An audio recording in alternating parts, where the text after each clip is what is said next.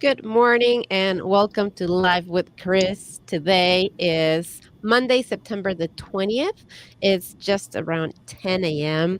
It's a beautiful fall morning. That's when we are recording this news segment on this Monday morning, September 20th. And we are in transition. We are in transition to a new season. We're in transition to fall. Not that I'm ready to ever let the heat of the summer go away, but sometimes change can be scary. Sometimes change, we can be a little apprehensive about it. And I know that HCC is also growing and HCC is also changing, and we're changing for the better. We are actually in the midst of building a new mathematics and sports athletics complex. And I know that that has created some wondering and some questions and like I said, I mean, this is an easy transition, or it should be, right, from summer to fall, because it happens every year and we know what's going to happen. Here we're talking about a new building that's coming. We don't know what that's going to be like. We don't know what that's going to mean, and that's why we're having this conversation this morning. That's why I have my two guests with me. Bob Marietta, who I know you guys already know. He is our green dragon here at Howard Community College. He is the HEC's Environmental Health and Safety Supervisor. And we also have Travis Hopkins, who is the Facilities Planner and Project Manager. And I want to thank you both for joining me today to have this conversation, to answer maybe some of the questions and help people feel a little bit better about this new transition, this new coming. I know that I feel that it's a really exciting change. I think it's going to create opportunity for our students, for faculty, for staff, and for our community as well. So, we're going to talk about all of that. We're going to answer some of those questions. We're going to talk about some of the important dates coming up that people want to keep in mind. We're going to hear, inside access. From Bob and from Travis about maybe some of those really cool features that the building's going to have, both just, the features of the building itself, but I know, Bob, we're going to go into some of those environmental things that we're taking into consideration because, as we've said before in some of our conversations, when we are growing, we have to be more mindful of taking care of our environment so that we can both continue to live in it together, right? But let's start our conversation with getting to know Travis. Travis, you're joining me for the first time. I'm really excited to have you here, and I appreciate your time this morning. Tell us a little bit about you. Tell us a little bit about your job here at Howard Community College, and maybe what you're most excited about in this upcoming fall season. Welcome. Oh, good morning, Chris. Thanks for having me on the show today. I started on campus actually almost 30 years ago to the day as a student, taking classes. And then a couple years, like 93 or so, I was hired for the summer to be a summer intern down in facilities. And it's been a long summer, nearly 28 years or so. Between that time, I've gotten a steady increase in my job responsibilities to my current position. So you just took away my whole intro right there about transitions and summer to fall, with having this very long summer that's still going for you. I love that. And that Sorry. shows that HEC, and that's not unusual for a lot of employees here at HEC. There's some very long careers. I know here in the TV and radio department, some of the people who work with me have very long careers here at HEC. Bob, good morning. Welcome. Thanks for joining me again here in our show. I love our conversations. I know that back in June, you already had a conversation with Brendan about the athletics building, the math building, this new building that's coming up. And, from that conversation I think at that time, it was at the very, very, very beginning stages. I don't think that nothing had really taken place yet. And I know at least in the surrounding areas of the current building, there are some changes. So can you just give us an update of what has happened since you last had that conversation with Brendan until today? Well, out there at the MAC, you can now see what we call a footprint, and there's fences up, and we have what we call the LOD, the limits of disturbance, And that's where the construction work is going to be taking place. And actually, I just passed by, they're out there digging today. So things are actually getting started with the MAC project. And so that's a very exciting time. But as you pointed out, fall is a time of transition, and the whole environment around us is getting ready to change. All the plants are adapting themselves for the winter, storing away their sugar, and animals are hiding away food. And so it's a getting ready time for that dormancy period of the winter, where nature prepares itself for the change of seasons. And so if you look closely, there's a lot of exciting stuff happening, but you do have to pay attention. And if you do, you'll see the monarch butterflies are now in their chrysalises, and the animals are digging deeper holes, okay, to hide in, and the plants are getting ready to drop their summer leaves. And so those leaves will fall and become insulation for the roots on the ground. So it's a preparatory time. And but you do have to look a little closer to take notice of it. And around campus, we're doing the same sorts of things as we get ready. We're preparing the lawns and the trees and everything else around campus to get ready for that winter time. And this is a time of planting. We're getting ready in October to have our campus sustainability day event. And part of this is we're going to be planting the flower beds for our pollinator trail as part of the Bee City program in Howard County. So we're going to be have a very active day on the 20th with lots of workshops and other activities going on, plus people getting dirty, actually putting plants in the ground. So it's an exciting time of year, and I hope everybody can enjoy it. I really appreciate everything that you just said, Bob, because it was a learning curve for me, as everything, right? And as I continue to learn, but I was really surprised when I first heard, well, if you want your grass, if you want your flowers, if you want everything in your house to look as pretty as it can be in the next spring, you need to start now. I was like, but the winter's coming and it's going to get cold and all of these things that I'm going to do it's just not going to work. And to have that reminder that as we go from one season to the next, we don't just sit there and wait, but we need to prepare.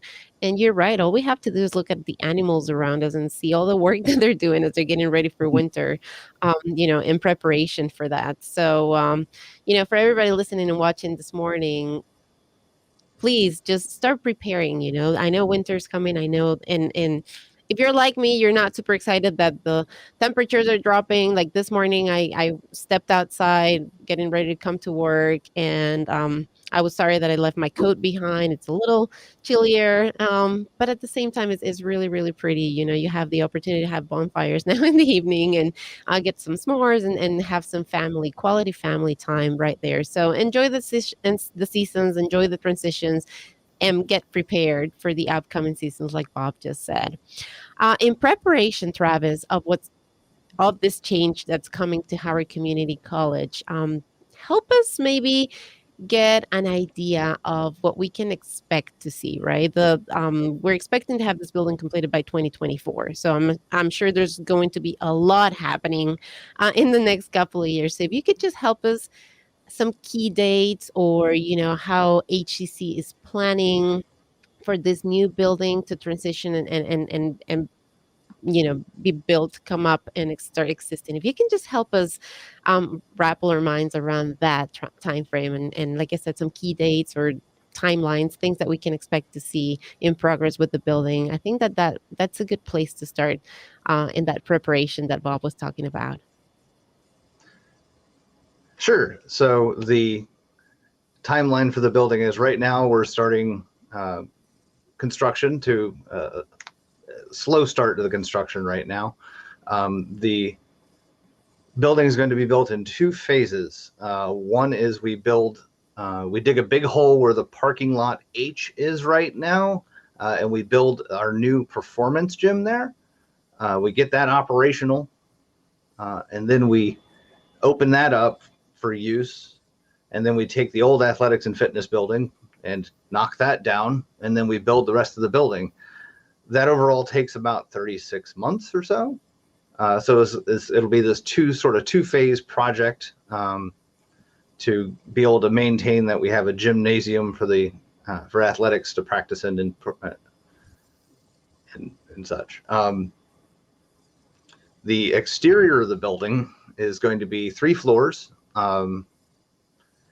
with a concrete facade, a textured concrete facade. 1 floor below grade, 3 floors above. The entrance level will be the same as Campus Drive, which will be a big change from the current location of the athletics and fitness building, which is kind of in a hole. Mathematics will be closer to the north, so closer to the remaining of the academic buildings on campus. Athletics will be on the south, with the closer to the athletic fields. The construction, there'll be, the fencing is up right now that you'll see, and that's pretty much the way it's going to stay for the vast majority of the time. Travis, I appreciate what you said because, you said that you still want to give access to our student athletes, even as construction continues to go. So again, going back to that idea of preparation and that Bob was talking about, it sounds like there's a lot of that planning, involved. There's a lot of, okay, well, we have this facility that we want to make better for our students. We want to bring this new facility, all of this new technology, but we can't just take it apart and not have it available while we're doing that, right? Let's talk a little bit about that process, because I think that can bring questions many times. It's like, well, what are we going to do, and how are we going to continue to help and support our students and our athletes here at HEC while construction is happening? Tell us a little bit more about those details in preparation of this new upcoming building. So the planning process for a project like this actually starts nearly 7 or 8 years ago. Wow. Looking backwards, and we look at future needs. We look outwards to future needs and realize that, hey, the athletic and fitness building, when it was completed in the mid to late 70s, hasn't changed size at all, but the campus has definitely grown. So obviously they needed space. So you take that into account. Mathematics has grown also, and they're out of space. So the idea came forth to build them both at the same time as one large building. That way, instead of a 4 or 5 year gap between, well, one building would be done, say, in 4 years, one would be done in 8 years, just the way the budget cycles and the funding requests happen. That's an average for the way it is funded.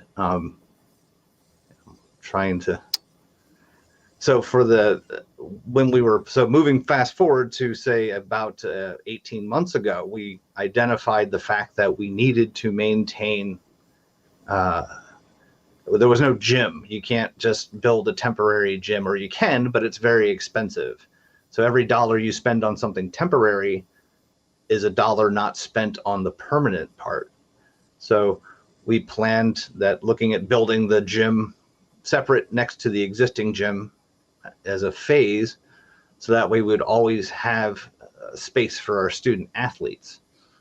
We look at that sort of planning well in advance, years in advance from when it actually starts seeing digging. So when you actually start seeing construction out there, we were already 4 or 5 years into the process. Maybe 20 months or so of design before the actual start of construction, multiple budget years before that to request and get the funding, because funding for the projects come split from the state and from the county. So they provide all the money for these projects. And the other thing, Travis, you're talking about a building, you're talking about, inanimate objects. However, at the heart of it, right? You just brought it back to, well, in all of this planning and all of this talking, it's really our students. It's really, our students that we're thinking about, because we're saying, okay, this building is there, it's functional, it's doing what it needs to do, right? And we could have just kept it at that, but you guys are saying we need to provide the best for our students and for staff and for faculty, because the campus is growing, and we need to provide that space for our students to continue to grow in math and in athletics. We can't just have a building because it complies, I guess, right, with the requirements of having a building. We need to make it better.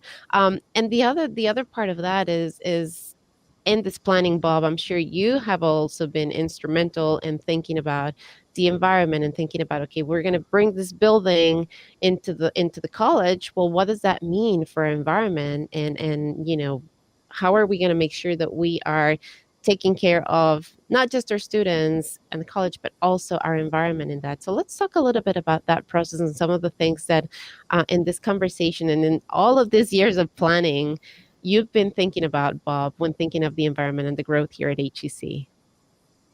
One of the biggest factors that we've been planning for all along is stormwater. And this is, of course, very close to our hearts. We've all seen the floods in Columbia and Ellicott City. And so as we rearrange the landscape to plant a new building there, we have to be very conscious of where all the stormwater is going to go. And that's a large part of what they're doing right now, is establishing where the water would go if we suddenly had a big flood come through. And we've had those in the fall before in this area. So all of the things that you might think of having already been taken care of with the rain gardens and the stormwater ponds and the swales and things of that sort, we have to think of how we're going to recreate the new ones. For a larger building, there's going to be more water landing on the building. So it has to go somewhere, and we have to plan for that during the construction period. So the civil engineering work is what we're starting with right now to make sure that if we get hit with a big storm, that water has someplace to go and can safely be returned to the environment rather than causing a lot of damage. And Travis mentioned digging a big hole. Now, obviously, if you have a huge rainstorm, it's going to want to fill up that hole. So we have to plan for that water, where it's going to go during the construction process. And at the same time, we start looking for when the building is completed, what is the landscaping going to look like? And we've got some very interesting environmental features. There'll be the second green roof on the campus will be on top of the building. And all of the things that we're used to seeing, the rain gardens and the swales and the conservation plantings, those will all be continued, but they're much more updated. I think everybody is really going to enjoy the appearance of how the landscape architects and the building architects have planned for a very interesting and pleasing looking approach to the required landscaping that we have to put in to control the stormwater. So I think everybody's going to be very impressed with our actions in that regard. That sounds wonderful. I can't wait to see.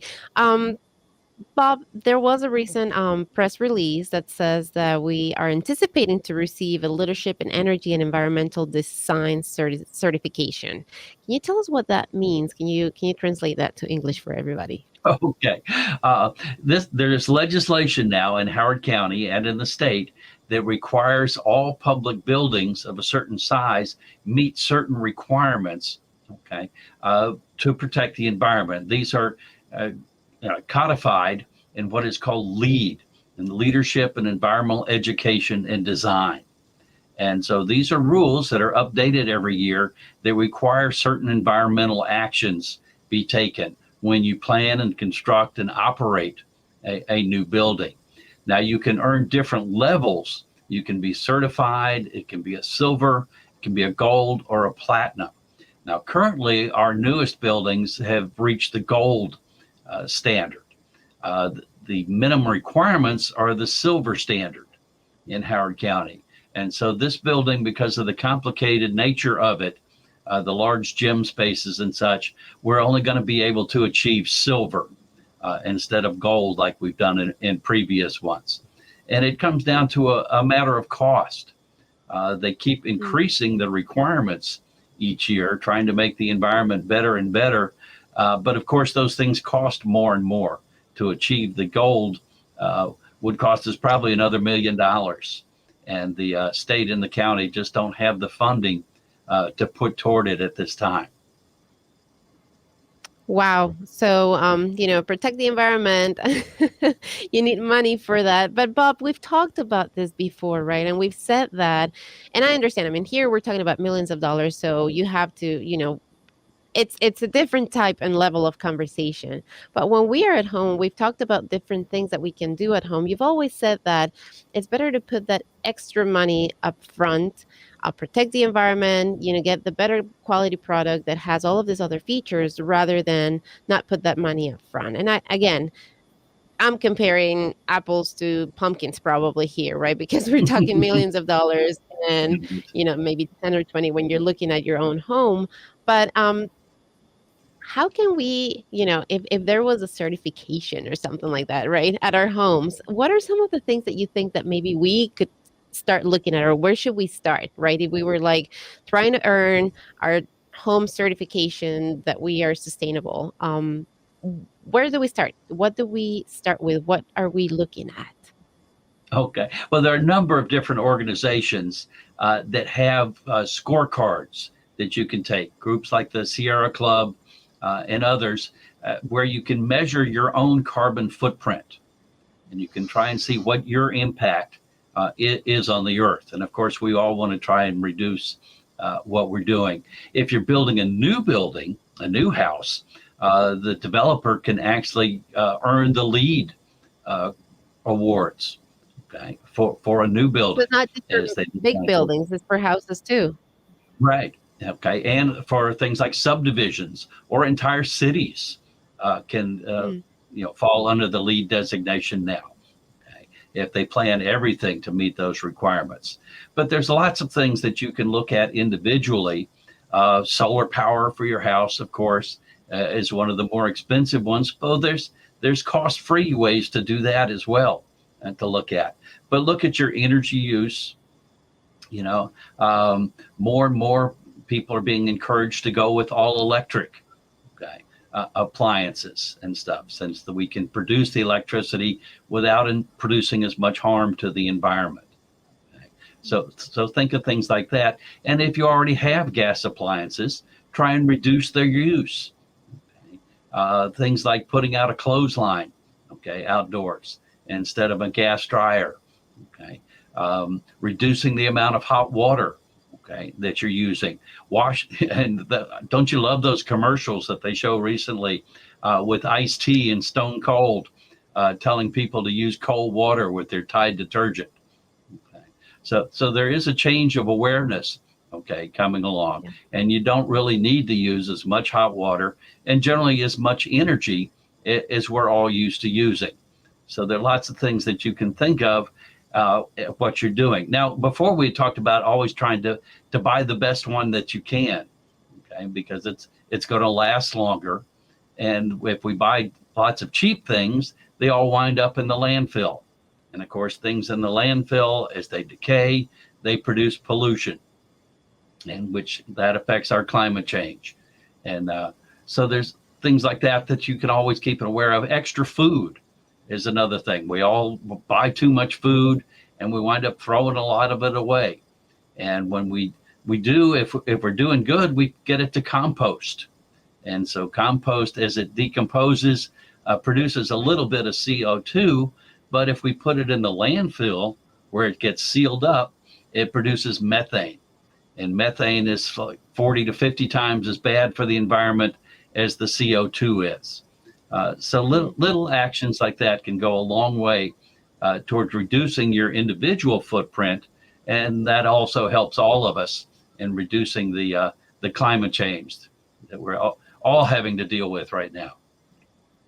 And I think it's empowering to know that you don't have to necessarily be building a brand new house or be part of the committee of building, a new exciting building like we are here at HEC to make a difference and to make an impact. You can do it right at home. And that's why I always try to bring it back to home when we have our conversations, Bob, because I think it's important for all of us, and myself included, to really stand behind this and really start to look at our houses and really start to look at our spaces, work, home, everywhere that we go. What can we do? How can we do better? How can we minimize the trash that we are leaving behind? Can we, instead of taking disposable things, take reusable containers? Just little things like that I appreciate from our conversations, and you inspire me to try to do better every time. I'm not perfect, and you're still going to find me with a disposable here and there, but I am trying. I really am being more conscious about it, and that's a start. That's really a start. Travis, what are some of the features that you're most excited about our new building here at HCC? I mean, you have all of the scoop. You know exactly what's coming. You know exactly what it's going to look like. What are some of the things that really get you excited and you think that you just can't wait to see? That's an unfair question to have me prioritize the parts of the building, because they're all really awesome in their own way. I'll say with mathematics. Give us a description then. Yeah. Sure. So with mathematics, we moved the entire mathematics department over to a new space. So all new offices for them, larger offices, if I remember right, which is always good. The classrooms, I think there's close to 24 or so. That number might even be low for what we have for classrooms. A mix of computer classrooms and the traditional desks and chairs classrooms, and they're all the flexible type that are located over in that we've just built in Academic Commons and Howard Hall. So those are really exciting sort of spaces to have into. Adjacent to those, up on the second and third floor, there's a very large study area. The architects call it the living room.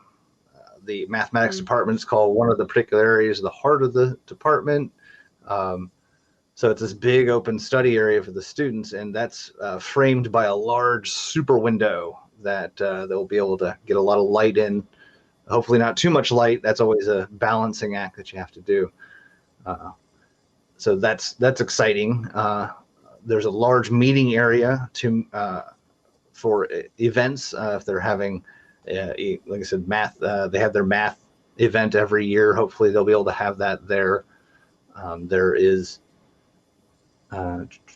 large meeting areas. Yeah. So over in athletics, we have the performance gym. So a nice new shiny wood floor, fancy gym with bleachers, seating for about a little over 900 seats. You enter in at the second floor and then go down onto the bleachers rather than, say, walking across the gym floor. So a nice new way of coming into the gym. There's a second gym, auxiliary practice gym for doing other events and so they can run two separate things at the same time, which is a big increase in capability for the athletics department. More locker rooms for the teams. I think we have five teams, five different lockers for each men's and women's teams. So like 10 total. So there's a lot of space there. A very large training area for rehab. Rehab and first aid. There's a large fitness room. So if you're familiar with the current fitness room being the very small, this one is 4 or 5 times larger than what the current one is. And even then, there's a separate athletes training room. So that way the athletes have their own room to go do their exercises. And then sort of the final piece is a very nice sort of multi-purpose room. Think like a more athletic centered dance studio, sort of large area to do you could do your Zumba, if that's still a thing, yoga, potentially like Tai Chi or other sort of activities in there that don't need a whole gym. So I think I've covered most of the building. So that sounds super exciting. Great. Yeah, I have to throw in, there's one incredible feature that we're taking the lead again, and that's being proactive in protecting birds. Now, some of you may have heard about how many migratory birds slam into the buildings every year because birds don't see glass. They didn't evolve around glass, so they think they can fly through the window. So we are building this building with treatments to the glass and positioning the glass so that it reduces the number of impacts that we'll have with birds. So we're very excited about that. And we've actually had several workshops where we're bringing in other architects from around the state and the county to see what we're doing. So we're setting the standard for how to protect the birds in our area. And we oftentimes don't realize how important those migratory birds are to us. A large part of our food depends on those birds showing up at the time of year that they do to eat the insects that otherwise would eat our food. And of course, if we don't have the birds, then we can spray poison and other things around to kill those insects. But we have a natural system that's evolved to have those birds show up at the right time of year to eat those insects as they continue their migration. And so we want to do what we can in a built environment to minimize the amount of impact that our buildings have on those migratory birds. So, Bob, we've talked about stormwater, right? We've talked about green roof. We've talked about the treatment, protecting the birds for, on the windows. What's another exciting feature on the building that maybe we haven't had an opportunity to talk about where we are taking the environment into consideration? But there's some fundamental things that you never even think about and see. And that's the HVAC systems, the water systems in the building, the sanitary systems. All of these now are required by LEED to have a very small impact on the environment. And so you would never even be aware that those things are there, but we're building them in as part of the basic structure. And so we're very excited about those. Yeah, can you give us some examples of what that means? Okay, well, there's controls on how hot the water is in your faucets. And not only that, but the producing of that water is timed so that we only have that hot water available when we need it. So oftentimes in your home, that hot water heater is chugging away all day long. In the building, we'll turn it on when we're going to need it and plan ahead for it. The amount of water that comes out of each faucet or with each toilet flush is controlled to minimize how much fresh water we're actually using on the building. And of course, with the stormwater, again, we're channeling all that rainwater that falls on the roof and on the grounds to put it to the places where the plants need it. So more of it gets absorbed by the plants, and also less of it is allowed to run off and flow down to the Chesapeake Bay. Travis, let's talk about traffic and the impact that construction, because at least I think of construction and inevitably think of the cones and, redirecting traffic and, all of those other issues that sometimes arise when there's construction. What is HCC thinking the impact will be on our traffic here on campus and also, for the surrounding community? Sure. Just to add on to Bob's point a little bit with the LEED stuff, some of the things you don't see is the insulation. So we're required to have a certain sort of insulation on it. It's passive. You never, it's there for the entire length of the building. So there's these other systems that we put in place that you don't know about that just sort of work without being exciting or whatnot. So with traffic, traffic is a heavy consideration when we start these buildings. I've done two new buildings. I helped with the SET building and the health sciences building, and 2 parking garages, the west garage and the east garage expansion. So traffic flow is always a talking point, both on and off campus. So this is a very traditional sort of construction. We're not dragging in like any 100-foot long beams or anything crazy. So traffic off campus shouldn't be that terribly disruptive. There'll be, there's a whole bunch of other construction going on downtown Columbia right now that's bringing in large pieces of concrete to crane into place and things. And I don't live directly in Columbia, so I don't know what the impact has been, but usually they time those to avoid traffic jams and such. So the trucks coming in and off campus should be relatively quick. Now, once they get onto campus, one of the priorities is to get them into the construction site as quickly as possible. One, to avoid traffic jams on campus, but also for safety, because you got trucks sitting around potentially blocking lanes or whatnot, causes sort of disruptive traffic, but also safety concerns. So the idea would be to get anything that's coming into the fence as quickly as possible. And that's usually the way we've been able to operate for that. Now, saying that is we are building directly along Campus Drive. So there might be some cases where we've had to go to, like, say, a 1 lane or whatnot. At this time, we don't have any need to block the entirety of Campus Drive off, like we did when we did the Health Sciences building, where we redid the entire front circle. We blocked that off over the summer, but also with the SET building, where we took the Campus Drive and lowered it 3 to 6 feet, depending on where it was at. We dug down and flattened the road out, and again, we closed the entire road for that. We timed that during summer. So we try and time any disruptions that we have potentially during off hours. So there's the holidays, between fall and spring, or fall and winter semester. There's those summer semesters a little bit less busy on campus.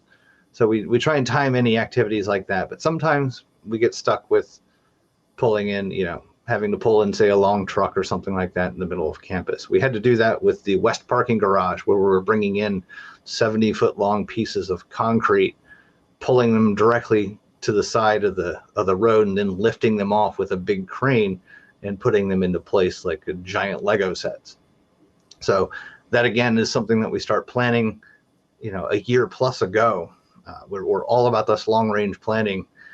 So our seasons for these things are much longer than the actual seasons for the outside.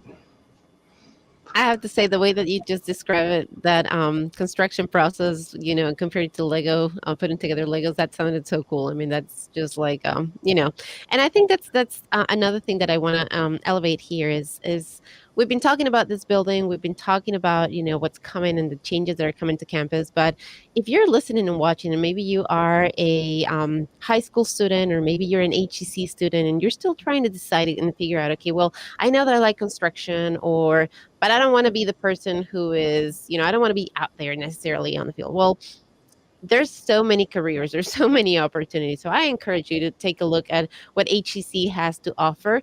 A community college, especially if you're not sure exactly where you want to go with your career, is the perfect place for you to come and explore. Because if you have a sense of where you want to go, this is where you can really come in and just, spend less money and just kind of like figure that out, right? And go from one class to the other. I don't know, maybe, you have this opportunity to talk to people like Travis, talk to people like Bob, and just ask them those questions about, what it is like and what can you do with a certain degree when you want to go in a route that maybe is not the traditional way, right? If you're like me, you think construction, you think outside with the hard, with the hard hats and just working really hard. Maybe that's not what you want to do. There's other opportunities. There's other things. And HEC is a great place for you to come and explore those opportunities that are available for you. Travis and Bob, I want to ask you each, what do you think is the biggest benefit of adding this new building to our campus? The biggest benefit for our students, for staff, but also for our community at large? I'll let either one of you guys take it. Yeah. Yeah. So from my perspective, we're increasing the size of the both of the mathematics and the athletics department's space. So we won't have to stack the teams on top of each other to try and get in and out of a tiny locker room. We'll have a athletics department sized for the size of the campus we are now, and a little bit of growing room for the future. For the same thing with the mathematics department, the building is designed. It's required to be designed larger than to allow for, I think, 15 years of growth. So there's always more offices than we have faculty at current times, and there's usually a couple more classrooms, and that's a requirement from the state to make sure we don't move into a building and we're already full. That doesn't help us down the road for the future. If we just move into a full building, then we're just, why did we build it in the first place? So the biggest benefit is it gives us some growth room, gives us some space to expand a bit. The location of the building moves the math department from the Hickory Ridge building over to a more central location in the campus. So that repositions them from a pathway perspective and getting there. You can get there from here, get to there much easier than well, not easier. I mean, Hickory Ridge is kind of hiding behind a parking garage right now, but the location there also, but also by taking math and coupling it with athletics, you now have everyone's got to take a math class. So they're coming in and just like, hey, why don't I go to the fitness center while I'm here, blow off some steam after statistics or, Calc 3 or something, so that sort of mind and body sort of coupling there is an interesting theme that we've worked with throughout the design of the thing. I know I talk a lot about the physical building and such, but behind all that is a team of faculty and staff who are super dedicated to help contribute to make the building successful.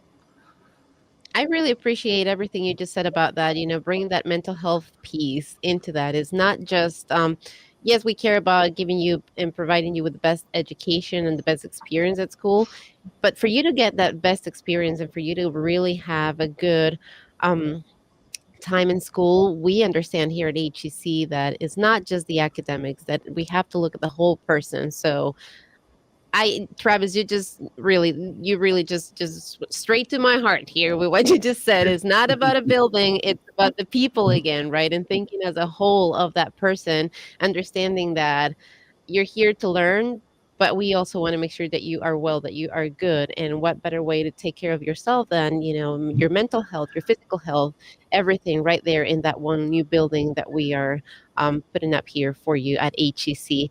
Bob, what would you say is the biggest benefit of this new building? Well, I think it's the careers of our students in the future. And when we move math out of the Hickory Ridge building, the continuing education department will occupy that entire building. And this happens at a time when we're increasing our apprenticeship programs. And we need that space desperately for those. And these are for the new high-tech jobs that are coming along. So many of them are tied into climate change.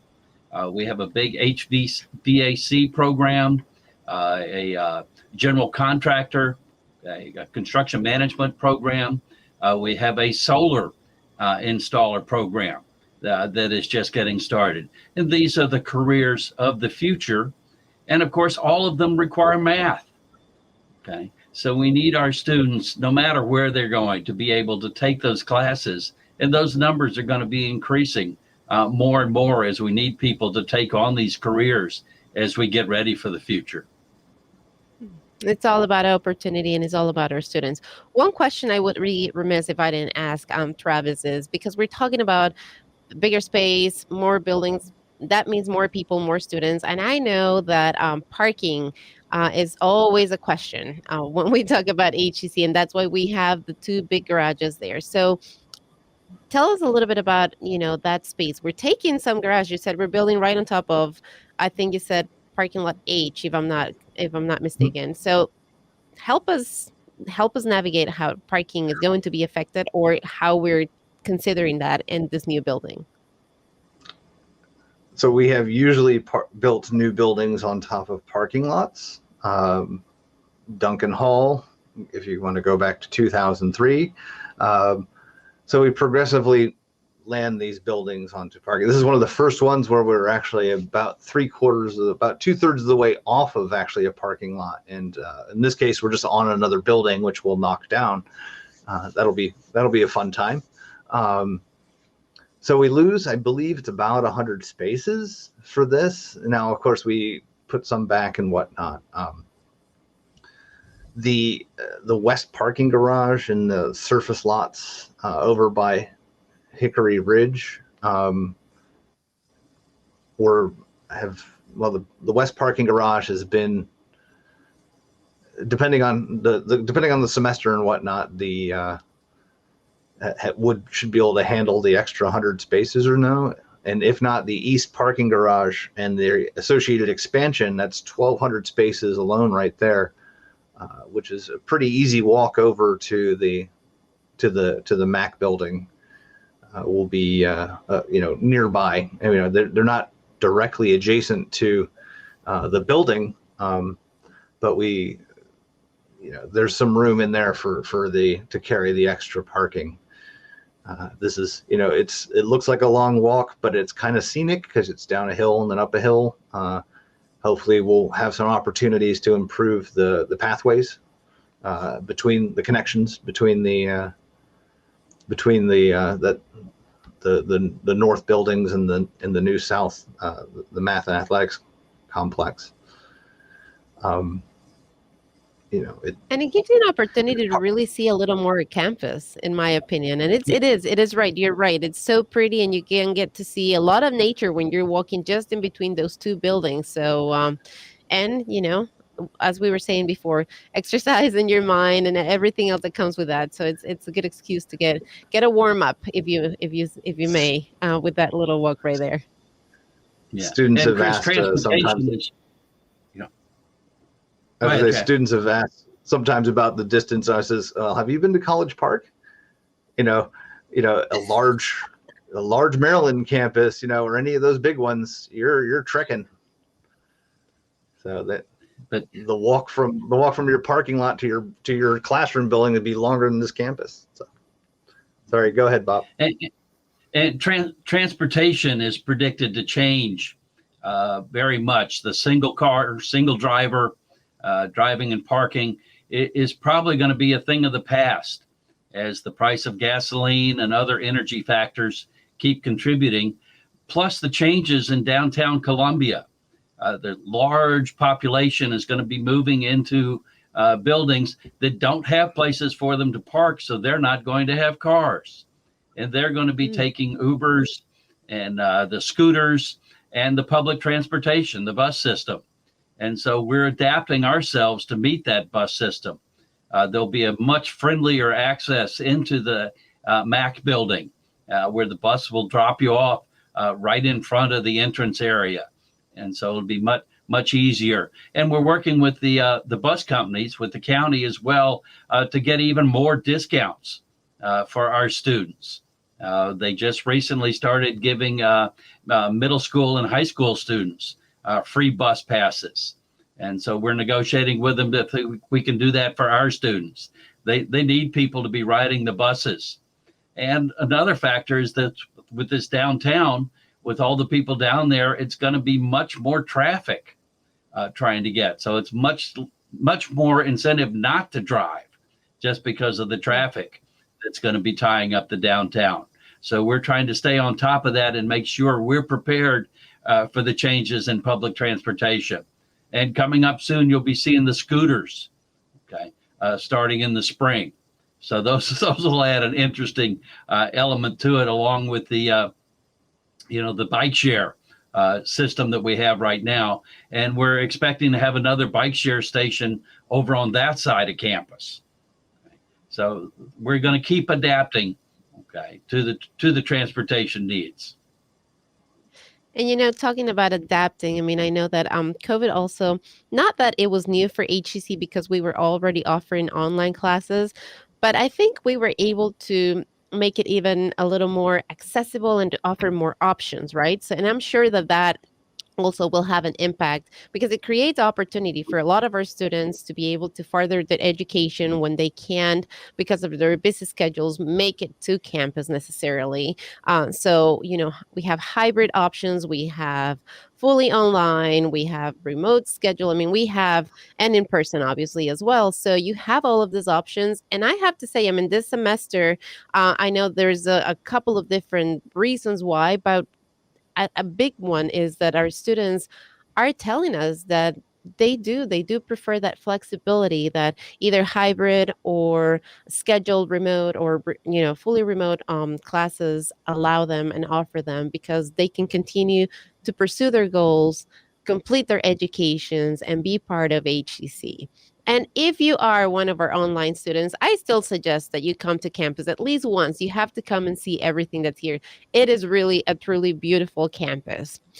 We are closing our show. We're very, very close to ending our show. Travis, where can people stay up to date? Where can they find information? Where can they see what's happening in regards to the construction of the new building? So sometimes there's the occasional press release. I believe it's put out on the website. There's sometimes we get some pretty good coverage in Baltimore Sun. I believe we're planning a website to sort of keep maybe a monthly update or so of how things are progressing and what's coming up. That's kind of still a work in progress, and it involves a couple of different departments besides just mine. So I think keep an eyeball out, and once I know where that's at, I'll send it to you so you can get it out to people. Perfect, absolutely, because I know that our community is excited. I know our community has questions. I know that there's a lot of buzz around this new building, and it's important for you to stay connected with it. And I know that some students are looking forward to, high school students are saying, oh, this building's coming, I want to be part of that. I just want to see if it's going to be ready when I graduate. So, just keep that in mind. And Bob, where can we stay in tune with all things, sustainability? Where can we connect, get ideas, and just continue to be informed and challenged, really, to do better? Okay. Well, we have the green team, okay, on campus, can be reached at howardcc.edu/green. And then for more detailed information about what's going on in the environment, we recommend that everybody Google Live Green Howard County. And they have a website there that connects people to us and to all the other organizations and government agencies that are doing sustainable work in the county. So it's Live Green Howard County. And if you go to howardcc.edu, that's our main website, there's a search bar there where I just go and type anything that I'm looking for that is related to HCC. So, in preparations for this conversation this morning, I just went in there and said MAC building, and you'll get all of the information that's out there available to you. And same thing, right, about sustainability and green dragons. You can just go and type that on that search bar at howardcc.edu, and that's going to populate a number of articles, a number of links, a number of things that you can just go and check out. Is there anything else that either one of you guys would like to say before we wrap our conversation up today? I would just like everybody to enjoy the fall. Yeah. Enjoy the fall, and that's okay. That's perfect timing as always for us. I'm just super happy to be able to, contribute yet again to the campus, to help out. It might take 3 or 4 years, but we'll have some new spaces and running around on campus. It's just always exciting to see these. I take the day off whenever we open a new building. I take the day off on the first day of classes, so I can just sit in the lobby and watch people come in and go, "Wow!" It's really it makes it worth all the lost sleep, lost hair, and such. So I have to ask a little more about that. I know that we don't have a whole lot of time left, but when you've done that before, Travis, I mean, tell us, what's that like? What's that experience? What's that energy like? That makes you take a day off and go and sit there and just kind of see the reactions from everybody. It's we'll do all these reveals and such, show the plans to people and everything and such. But on the first day of opening, you have people who've never seen the building before, and they just come in and just look around, or they've seen it being built. This is the first time they might be able to see the inside of it. And so you just sit there and you watch them, and they come in and they just look around and go, wow, it still smells new. They have it's got that new building smell that they put in there. So it just makes, like I said, it just makes me go, this is cool. Love to help contribute to the students, even in this direct yet indirect sort of way, because I'm not out there teaching. So I'm not directly contributing to the student's success, but we're providing the facilities to enable the faculty to be able to deliver their teaching to, help the students, for the students to learn. And then we have the study spaces and all those other little things that we put in there to help with the ultimate student success, to where they can, just excel at what they're aiming at. At least just my contribution there. That's to the campus. So, and we thank you for that contribution. It's a very, very important one. Bob and Travis, thank you so much for joining me today. I've really appreciated our time together and our conversation. Thank you for helping us envision what the future of this MAC building is going to look like, for helping us understand, some of the things that are obvious, right? That have been put all of this effort to make this building great for students, great for faculty, great for our environment, but also for helping us really see inside, right? And the heart of what's really bringing this building together, whereas looking at the person, looking at all of our students and everybody that's going to benefit from this building as a whole, right? You talked about mind, spirit, connection, right? We talked about the physical part, but also the internal part. And we did the same thing with the building. So I hope everybody enjoyed and got just as much as I did from this conversation, because I think it shows that really we want to help our students, as as the slogan says, get there from here.